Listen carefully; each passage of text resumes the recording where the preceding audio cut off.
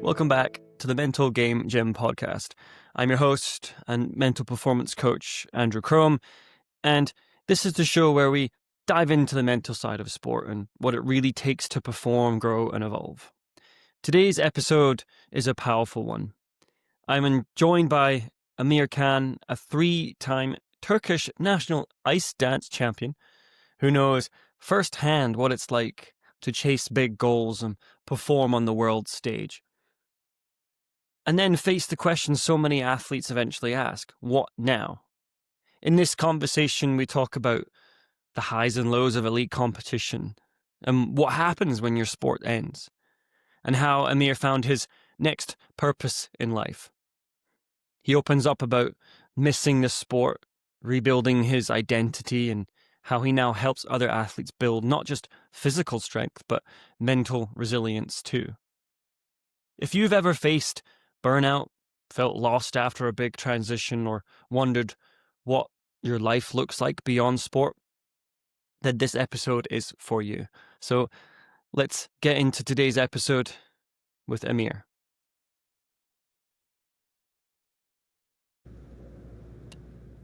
Welcome, Emir. Thank you for joining us on the podcast today. How are you doing?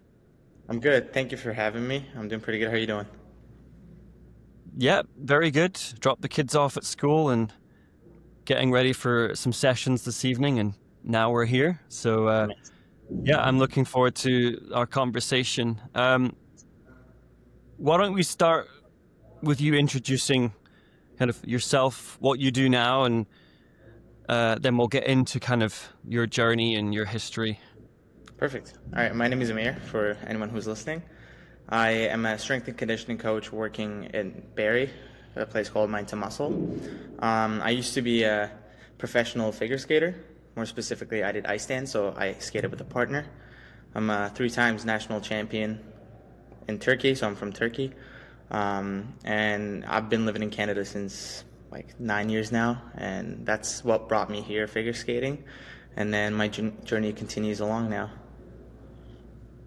Nice. So well, why don't we start with kind of how you got into ice dancing, what it is, and then we'll go from there. Perfect. So back home when I was around like 10, we were passing by this ice rink, and I told my mom, hey, I'm like, it looks cool, like, can we try it? And then we went in, I tried it, kind of liked it.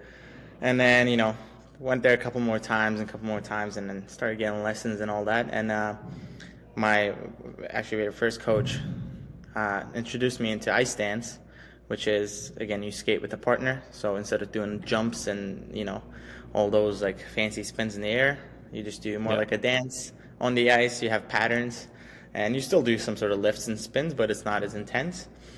So yeah, I got into it when I was around like 10, and I did it up until I was 18, and then I quit after that, unfortunately. But yeah, that's how I got into it. Okay. So, well, we'll get into kind of why you quit, but let's talk about kind of that journey from beginning until, 3-time national champion. Kind of what was that journey like in terms of the mental side of things?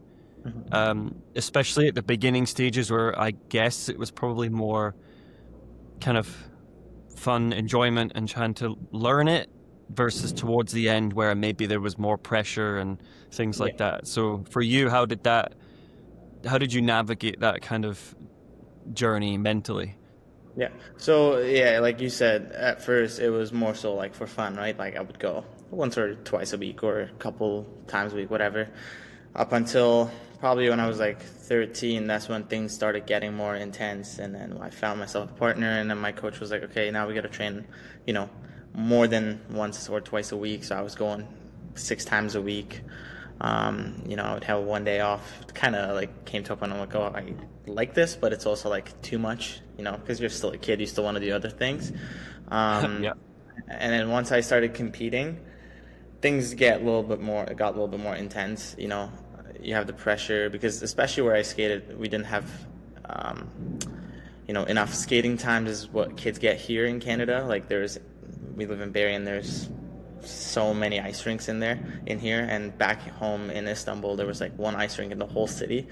So, I was sharing the ice with a bunch of other people. So there's like a lot of things that built up frustration. Um, but mainly like having, my mom as my biggest supporter, they kind of helped me navigate through all of this. Um, but, you kind of get used to it after a while, and then you just keep going. Yeah, I guess becomes kind of your norm, right? And Yeah, exactly. You just do it. yeah, for sure. And that's something that I hear about a lot is the kind of when it gets to you've got one day off and how you navigate, you're still a child, you still have, friendships, you're missing out on birthday parties and other events that you want to go to. Like, was that something that you thought about a lot? Now looking back into it, like I guess I didn't really at the time because like when you're a kid, you do whatever your parents tell you, kind of thing. But I still had like some time with my friends, like either like during school time, and usually after school I would go straight to practice, so I wouldn't be able to do anything right after, and like I didn't really have any friends that lived close by from skating, so like I had my skating friends and I had my friends back home, so it's like a two different group.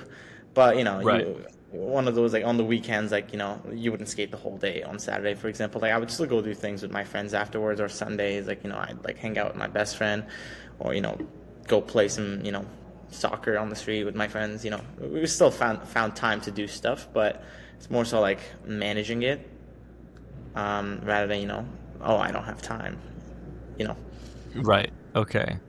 Well, I guess because you never really experienced that too much, and then it was taken away, so that Yeah, was all you knew, I suppose, right? yeah, exactly. Um, Yes. okay. And then what about like the journey? Like, at what point did you realize, like, oh, this is something that I'm good at, or I have the potential to be a national champion? Was there Yeah. a moment, or did someone say something to you that made you realize this is this is where the journey could take me? Yeah. So ice stands, even it's still unfortunately today, like in Turkey, it's not a big thing. Like there's so Right. many ice stands in Canada. Like you can find plenty. Like there's like hundreds and more than hundreds. But in Turkey, they're like I technically am the first official national champion of Turkey in ice stands.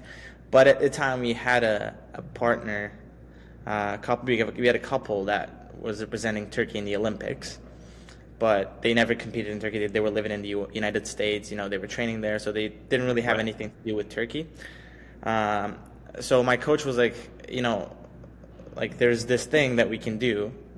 You can excel, in this specific niche area, and then you really go forward with it. And then that's how I kind of got into it, and then be like, okay, let's try it. And then we found myself a partner, and then we started skating and training and all that, and then I actually quite enjoyed it, as well as my partner. And then we knew that there was a potential to grow within that, in that Right. channel. So I was like, okay, let's just continue, let's go with it. And then that's kind of how I became like better at it, became like national champion, and then one after another. And then that's what started the journey, like just knowing that okay, there's so much potential in this area. So Okay. So, well, you mentioned like a partner. Like, how easy was that to find someone that it, complimented you and that you could kind of get along with? Like, was that important? Is that something that you yeah. look for when you're So looking for a partner? that's the biggest part with ice dance. I don't think there's many partners that really 100% get along. I'd also like it's almost like a marriage life, but you're like skating. You're very young, but like I was spending every day with her, and then you're on the ice. You make a mistake, you're like so, you start blaming each other and all that. But at first was like my coach thought, okay, this girl kind of fits your height. She's like shorter than you, like pretty good weight. I think you guys can work. And then we try out.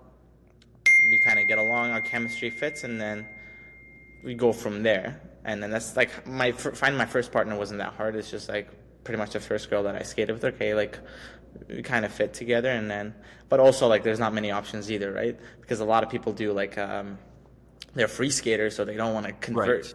to ice stand, so they want to stick to what they do. Yeah. So you pretty much kind of pick whoever's available, and then kind of go from there. And it worked out. So Okay. Well, that's good. yeah, Yeah, I guess if there's not like a whole pool of people to choose from, no. I guess it becomes a bit easier. Um, okay. And so, like, on that journey, like, were there any moments, good or bad, that kind of shaped you as a person, shaped Mhm. your mentality? Um, I would say so. When I was skating in Turkey, so I'll give a little bit of background. My brother also lives in Canada, so he moved here 17, 18 years ago. Right. So I was able to come here, visit him, and also skate at the same time. So coming here and then skating in Barrie at Mariposa really helped my skating a lot. So when I went back, I knew, okay, I'm a different skater than who I was, 3, 4 months ago. I had all these like coaching that that's next level in Canada, and then bringing it back home. Okay, I know I have potential. I can excel in this, and then just just going through with the all the process. Okay, train, just be a good athlete, and then hope that things are gonna get good. There were so many tough times, like like I would get injured, and then sometimes your coaches be like, I don't know if you're injured, you just gotta fight through it, and then you just go for it, and then nobody's really listening to you. There was a moment that like times that like even like my parents were like, okay, like yeah, I think you're faking it, but like I had a jumper's knee at one time, and it was really hard to like even like step, go through the stairs, like going down the stairs, like it hurt. Every kid goes through it, so there were times like people wouldn't believe you, and then but you kind of put your head down, keep going. So there was tough times, there were good times, but knowing that I had potential kind of get me like still keep going, keep driving the car. So that's how I kind of stayed like in focus, I can say. Okay. So, like, yeah, like lots of moments there, like injuries and coming back from them, kind of. And I guess also moving, you know, to Canada. Like I did it myself, Yeah. and that wasn't easy. Kind of basically starting again, like moving countries and That's when I um, would say my journey started more so here than back home. Like back home, it was to a right. point, but once I came here, that's when everything kind of more like, oh, okay, this is real world now. Okay. So, like ice dancing, you said was what brought you to Canada, Exactly, yeah. and kind of to further your career in it. That was the hope, yeah. Okay. So, what what was the thought there then? Like, you came here to further your career. Kind of, what was that journey like, and kind Yeah. of So, the adaptations that you had to make, etc. mhm. so I came here roughly like first time I came here, I would only come for a couple like summers, and then I would go back for the high school term, and then come back in the Right. summer again. And I fully moved here once high school ended, but I spent 2 summers before moving here.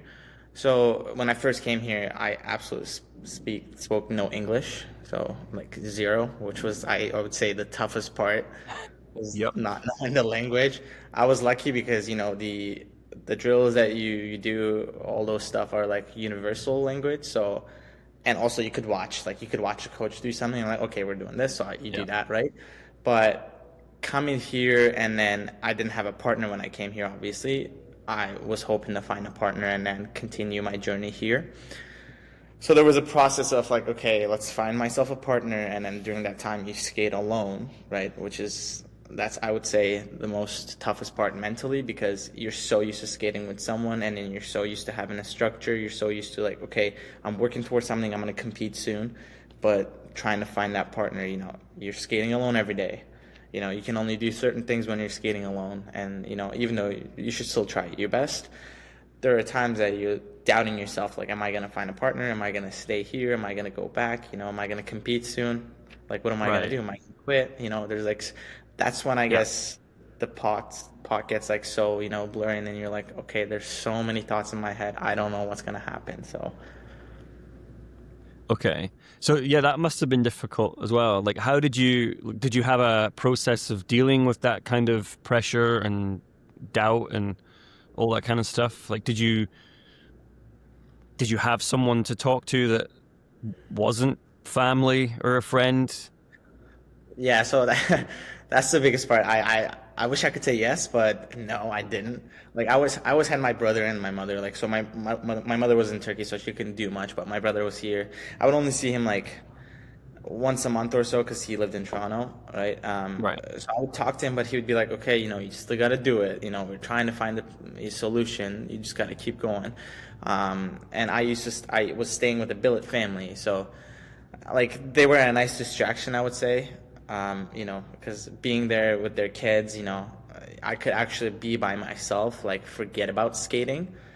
So I guess that was my getaway, kind of like deal with, okay, everything is going like very like tough right now. Like it's a tough process. I don't know what's gonna happen, but like I would go home after skating, and be like, okay, like I have my billet family. I'm like, it's cool, I can be by my me be me by being myself, enjoy my time with them. That was kind of my distraction, my getaway. But I wish I had somebody like like what you do, like someone to through the process with me, and then saying that, okay, these are tough times, but like we can go through this. Things are gonna get better. But unfortunately, didn't have it, but still managed it somehow. Okay. So, like, was that ever discussed with you in terms of like working with someone on the mental side of the sport, or was that Um, just not really a thing? not really a thing. Like for me, at least, it wasn't. Like I never, when I was an athlete, never had the chance to actually sit with sports psychologist, for example, and then or mental coach to talk about things. And I can see the benefit quite a bit, and I wish I Hmm. had it, but you know. Like I said, there's also like other factors, like all these things cost money as well. And then I was already skating here. My family was, affording everything for me. So it's like a cost on top of a cost, right? For Maybe sure. that's what their thought process was, or I never maybe opened up and then say, hey, like I'm struggling, and then like I may need help. Um, so there was other factors too, I think, into that. Yeah, for sure. I think it is multifaceted. Like for me, I just didn't know it existed when I was growing up and competing. Like, and everyone at that point was still of the mindset of just go and do it, just get over Yeah. it.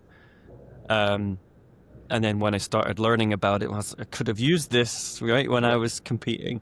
Like, so although you didn't kind of work with anyone on that side, did you have mental processes? Did you use mental skills like visualization or self-talk to help you in your performances, or during your like pre-performance routine? Did you add any of those things in? So those were the skills that I absolutely didn't know. Like now I Right. know more skills about like, those things now than I used to. But I think I had my like little things that we can say as like usually as like skills, like mental skills. Like, I would unconsciously do like some breath work, before competition. I would absolutely not listen to anything. I'm not one of those people that could listen something right before. I would try to just focus, just be present in the Yeah. moment, and then go right on the ice and then perform.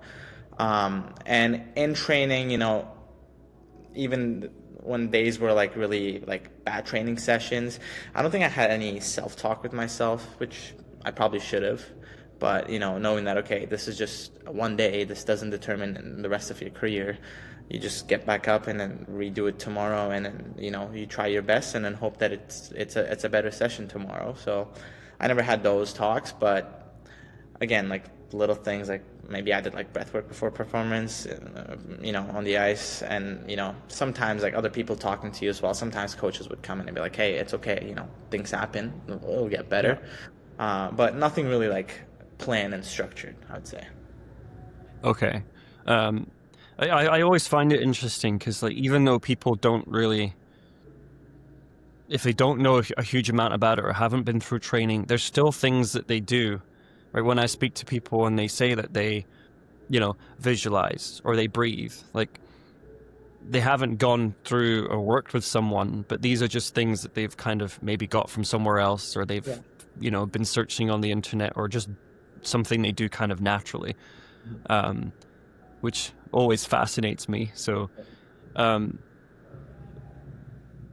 do you think that if you did kind of train more in that, do you think it would have helped you a significant amount? Or, Um, I think it would definitely help quite a bit. Like there were a lot of other factors I think besides like um, sport performance. Like I was also away from home, away from yeah, family. My language wasn't 100%. Even today I still learn. Like my English is good, but I'm still learning. Um, like there were so many other things happening in life. I guess at once I wasn't really like that one kid 100% focused fully on, okay, this is my sport, this is my life. It was still my life, but around that sport there was a lot of things going on as well that kind of drifted my mind away sometimes, or just bugged me as well, right? It wasn't just sport 100%. So mm-hmm. Okay. And then, so at what point then did you decide, well, this is it, like, I'm gonna transition uh, and kind of move away from this?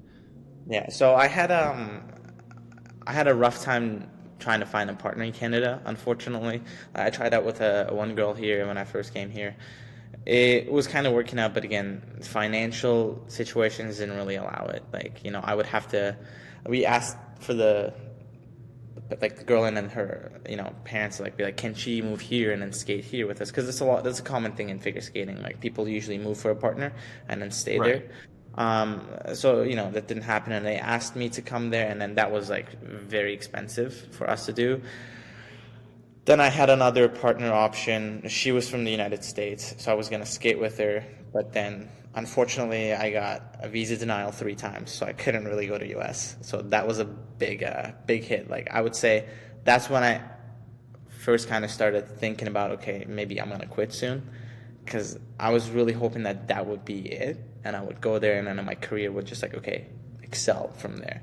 But not being able to go there was like a very big hit mentally, because then I knew I had to come back here and then re-go like through the process of finding a partner. Then Mm. my ankle was starting. Both of my ankles actually started bothering me. I got like tendonitis on my ankles, and then it was a very persistent thing. My skates would hurt every day. Like I would skate, like certain movements like give me shooting pains through my feet, so it wasn't enjoyable anymore for me. Like it was, and I was skating alone for 5 hours a day. Then you go Right. do off ice. It's like so much for like a kid who's 17 years old, and Yeah. I quit for like I had a big meltdown on the ice one day, and I talked to my coach. I'm like, hey, this is not fun anymore. It's like I can't do this, and that's when I was like, okay, I think this is it. But then I quit. Then I got reached out by this another girl. They were like, "Hey, we're looking for a partner," and then we said, "I'm not skating anymore." And then she wanted to just skate until she found a partner. So I was kind of doing it for fun. But then they wanted to compete as well. So I was like, you know what? Why not? Let's give it one more chance. Same thing happened. Another big meltdown. Like a couple months later, I'm like, no, I can't do this. It's not fun anymore. And then that was it, pretty much. Like roughly when I was 17, 18. Okay. So, like, it's interesting, right? Because a lot of athletes will finish because, well, injury, or, they just kind of naturally get to that point where, all right, this is, my time is up, the next person is coming through, etc. Yeah. But because it was partly because of trying to find a partner and all those things, how did you deal with that? Because physically, apart from the ankles, Yeah. I presume that you could have kept going. So, like, was it difficult for you to kind of take that step away and then move forward? Did you have a plan of this is what I want to do next, especially at a Yeah. young age? Yeah, I absolutely had no idea what was gonna happen next. Like that was the big, like now looking back at it, I was like, that's pretty intense. Like, I was Yeah. 17, I quit skating, and like when you skate, pretty much like a 9 to 5 job. Like I'm spending 5 days a week, a full day of doing something, and then all of a sudden I had nothing. Like what do I do now, right? And then that's when it Hmm. was like I was probably in the worst shape of my like life afterwards, this even like mentally, physically. Then I went to school right after that. Like I stayed with my brother for a year, I think, in Toronto. Then I decided that I want to go back. I want to go to school, and my brother really helped me and then navigated me to be like, why not just go coach? Get into coaching. I think you'd be good at it.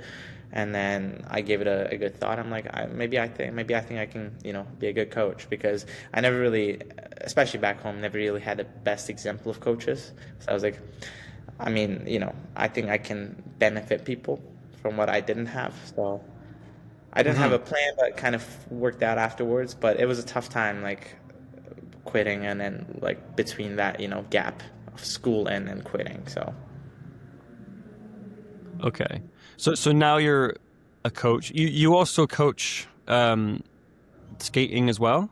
Is that right? no, no. So unfortunately, I don't want to go back to skating. Like skating was a fun thing for me, and it was a good part of my life. It served me a purpose. It served me Right. a lot of purpose. It, built my life here. So, and I'm so thankful for that. But it's something that I wanted to stay as a good memory rather than, okay, like, this is gonna become my job.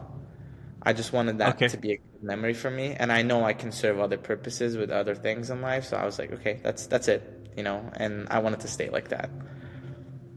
Okay. Well, that makes total sense for sure. So, um, I'm interested to know, like, how does your like experience with being an athlete, Mhm. how has that shaped how you coach? How does that shape your work with athletes now as a strength and conditioning coach? Um, a lot. So all the things I coach, all the kids I coach here, I can comfortably say I've gone through what they've gone through. I've been Hmm. there, done that. It's a pretty much every coach says that, but I feel like how they feel. So a true empathy there, and and I understand what kind of a purpose that a good coach plays in athlete's life, and I really try to represent that as much as I can with my athletes, because everybody, especially when you're an athlete, needs a good mentor, good a guidance, and then as Yeah. coaches we have to be that person. Like again, my job is like very simple here. I just try to make them strong and then try to keep them healthy for their sport. Um, but this place is a getaway for them as well, right?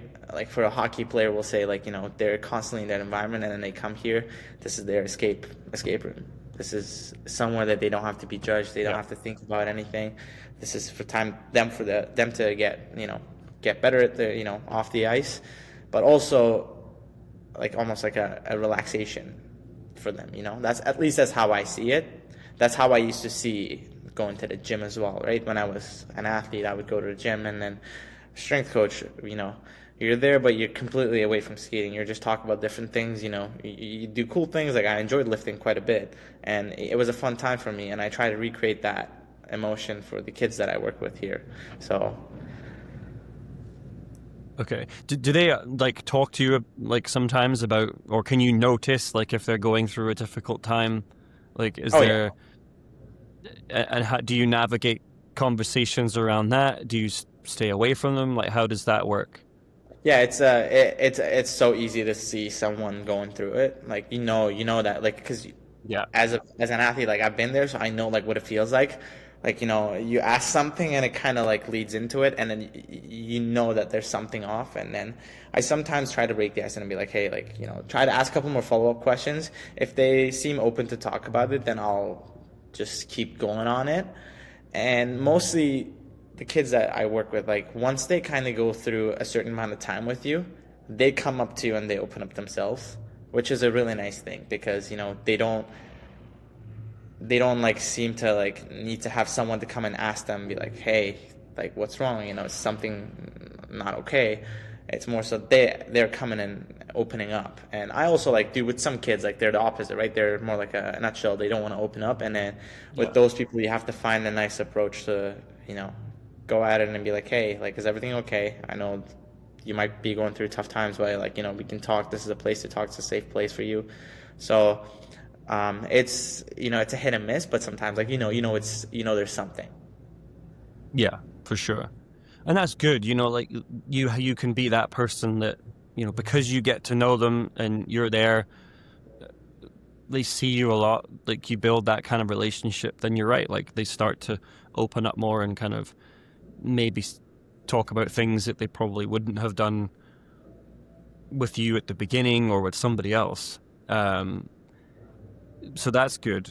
And then what do you see though in terms of like if somebody is struggling with something, like is there language that people are using, like even like if they're trying to do a lift and it's not working very well, or they come in sometimes with you can tell straight away with their body language and kind of like how they're talking, like what are some Um, common things that you see that kind of tell you, oh, maybe they're not in a good space? Yeah. I would say mostly like I would say two emotions. Anger is like definitely up there. Yeah. Anger, you can see through the person. Like, they might fail the lift and then just like completely lose it. And, but again, there's a background story to why they are like that, right? Like, because normally, like, it's part of life. Like, failing is a part of life. It happens, especially like at the gym. Like, you fail a lift, it's okay. You redo it again. Um, Yeah. but you can see there's a built-up anger behind it, and sometimes they will come and then completely the opposite. You can see like the sad emotion, where it's not like they have a sad face or anything, but they're more zoned out. They're not as chatty, especially if you have a chatty athlete that's around, and then they're completely the opposite of who they are usually. I Yeah. can sense that, okay, there's something up. You're not your true self. Like there's a little bit of emotion behind it too. Those two are I think the ones that I see at the gym a lot. But anger definitely is up there for sure. Okay.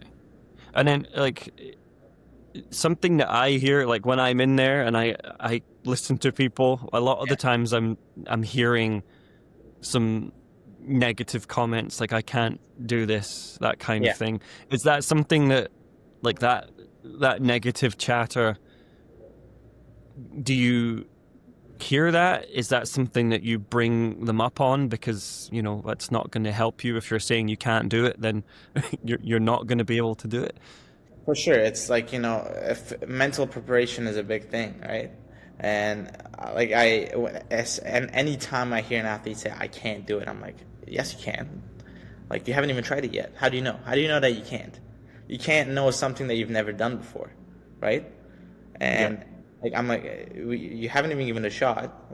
Let's just do it first, right? But I always tell them, just don't be negative.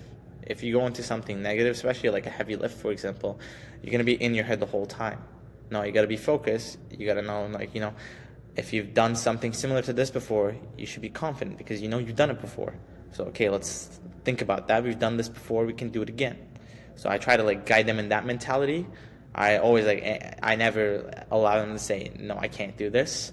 I'm like, okay, we'll find a way, we'll figure it out, but let's just start with a yes, I can. I've done this. This is possible, rather than no, I can't do this. This is impossible, right? I don't like that terminology at all, and I don't use it with my athletes. So Okay, that's good. Like, yeah, it's just something I hear, and I remember kind of going when I was going to the gym. Other people would come in and see the workout on the board, and they'd just be like, "No, I can't do this. Right? I'm not good at wall balls. I'm not good at this. Right?" And it's like, okay, we haven't even begun yet, and you're already saying that you're gonna suck and you're not gonna do it very well. yeah, So yeah, I just, it's something that I think across the board is kind of people are maybe going through, and that's something that I hear, a lot more of. Yeah. So Especially I think, like they come into the gym sometimes. You said like they look at the whiteboard. Like that's a big thing. So that's a big thing that happens at our gym. Like they'll come in, they'll look at the workout. They come right after school. They come right after practice. They know it's a hard workout, but like they just look at it. They know that it's going to be a challenging workout. They're like, I don't want to do this. I can't do this. I'm like, yes, you can. Like and I think yeah, that's what builds up the most resilience mentally and physically too, right? Like knowing that okay, I've done this. I can do this. I've done this, and repeatedly. That's what's gonna like get you better, right? And that's what's gonna shape you better mentally as well. I think.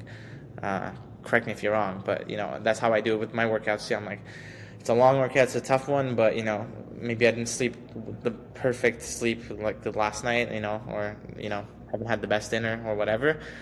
It's yeah, okay. We still got to go through it, and then you do it, and they're like, okay, I've done it at the end, and then that's how okay, you've done it, you can do it again. So yeah.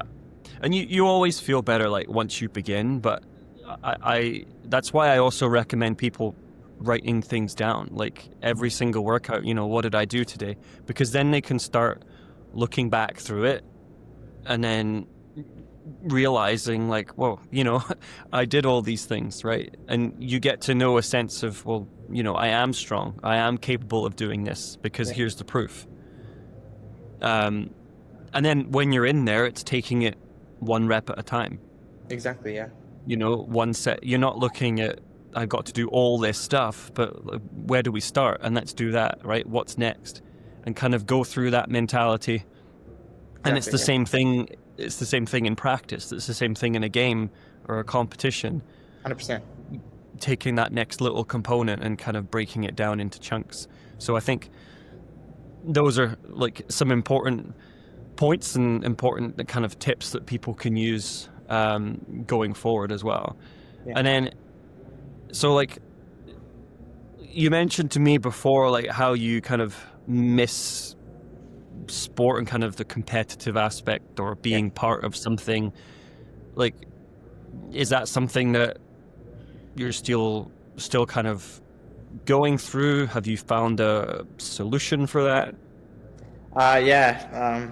So I think every former athlete has those moments in their life. Every I think former athlete bonds to a different sport rather than their own sport, and then be like, oh, this is actually a nice. It's a hobby, but then they kind of like get serious about it, or they just want to challenge themselves. And I think I'm in that era of my life. Like I really Right. like, especially working with all different sports here, all different kind of athletes. Hmm. And seeing how passionate some kids are, and I look at myself, I'm like, I wish I was as passionate as you were when I was 16. You know, like even though Right. there's like so many like bad things that you see, there's also like very like good things that I see as a coach as well. I'm like, I wish I was this passionate. I wish I was this like this much taking care of myself. And seeing that kind of sparked this like feeling in me, like as I became like a experienced coach. I was like, I want to do something again. Like I want to get into something. I want to challenge myself, participate in something, compete.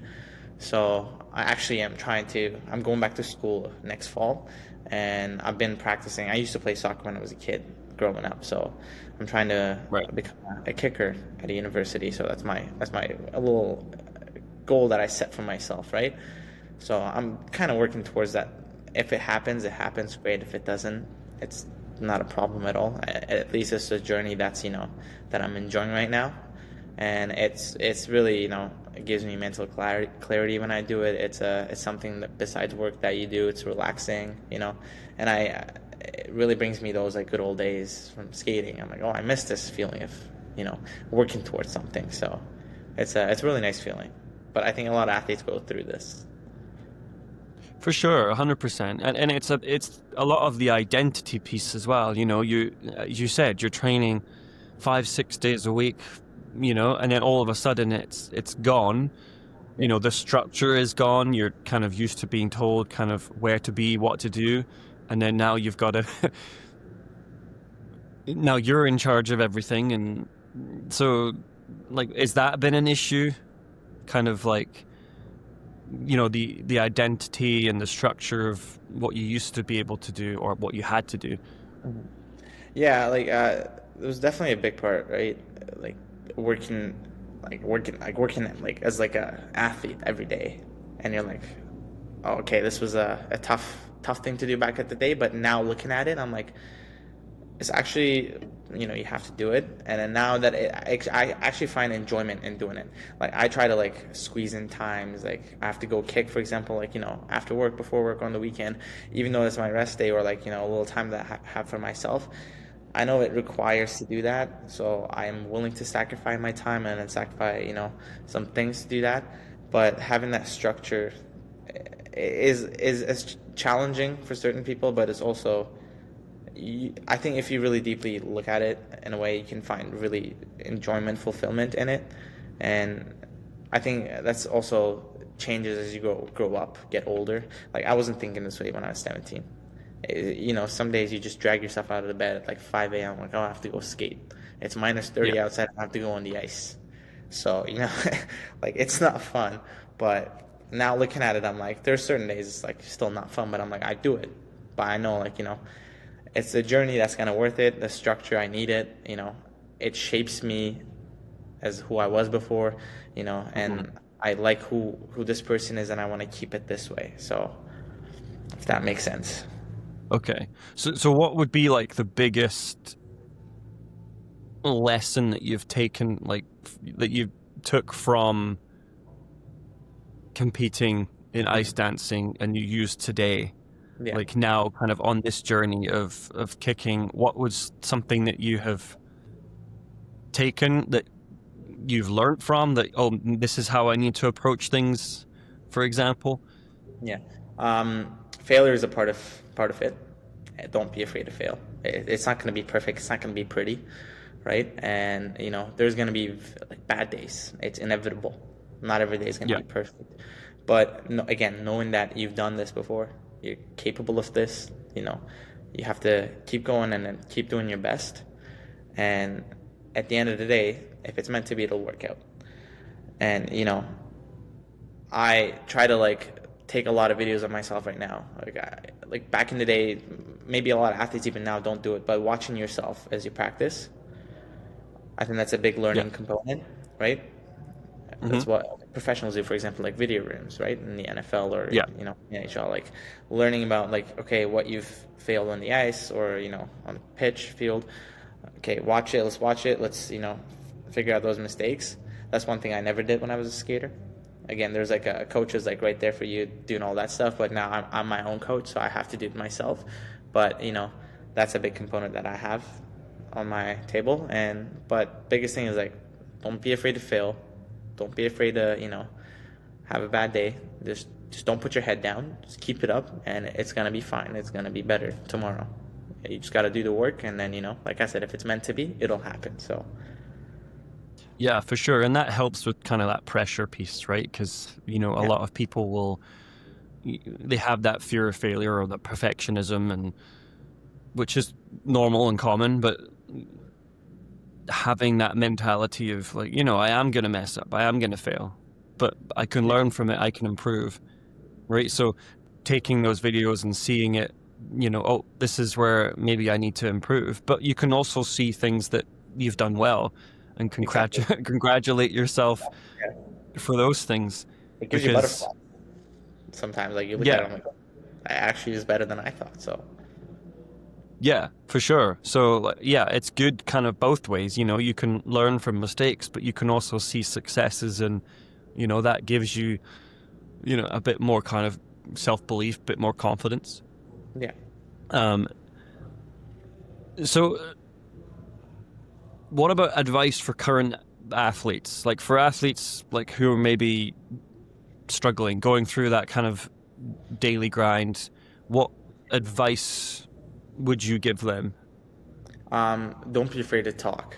Definitely, like you can't do this alone. Like, I know you think that it's, you're strong, you're meant to do this alone, but you're a young kid, it's not meant to be done alone. It's meant to be, ask for help. There are people who are doing this to help you. So just don't be afraid to reach out to them. It's like, get as much help as you can, because that's going to actually help you better in the long term. and then make you a better athlete. And what else? What else can I say? I guess pretty much it. I had another thought in my head, but kind of escaped my mind for a second. And don't be afraid to fail. That was another thing, right? Failure is a part of it, and Yeah. the best you can do is just learn from it. Just don't give up from it. Just because you failed one day doesn't mean that it's the end of your career, or it doesn't determine anything. Or even if you're a player in the game, one play, it's okay. There's so many other plays you can make up for. At the end of the day, it's just that one shot that you make it. So you just got to keep missing until you make that one. So. Yeah, for sure. No, great advice. And so what about then athletes, kind of, what advice would you give them to start preparing for life after sport? It's okay to take time. I think it's okay that things don't figure out itself right away. But Yeah. definitely don't go into a point or a hole that this is it. My life is over. No, there's gonna be something that you will find enjoyment. And there is gonna be. I guarantee this to everybody, every former athlete or athlete that's gonna end their career soon or whatever. There is gonna be something that you're gonna find so much joy in it. They'd be like, okay, I found something new. And this might change in 20 years. You might find something. I think that's just the purpose of life. That's how life is gonna go, right? Every decade of our life, we're different people, and then the people that you surround yourself with, they change you, they shape you. You're gonna change as a person, and then you're gonna find different things that you enjoy. So it's okay to be lost at first, but there's no reason for frustration. Things are gonna work out. You're gonna find that you're passionate again, and you're gonna have that fulfillment that you had while you were an athlete. So it's coming on the way. It's just not there yet, but it's gonna be there. So. For sure. And I guess there's certain things that people can do while they're still performing kind of in their sport, thinking, oh, it's coming to an end soon, but maybe they have passions that they can kind of start I think it's a good working thing to on. And think about that too. It's coming to an end, but okay, let's just think about what we can do after. I don't think that's a bad thing, right? Because yeah, you got to be realistic at some point, knowing that, okay, maybe this is my career. My career is not going to go any further. Okay, maybe it's time for me to stop soon.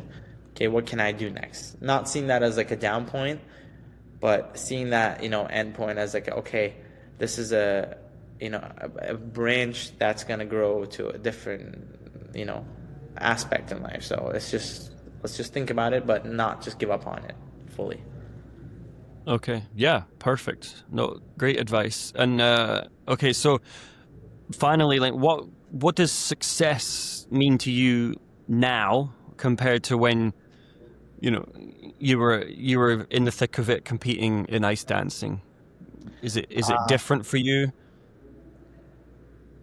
For different things, am I for lifting? Let's say, obviously, searching for PRs, your personal best. Obviously, those are they determine whether you're stronger or not. But I for kicking or other things that I do, I'm am I better than yesterday? Did I do better than yesterday? Yes, I did. That's success to me, right?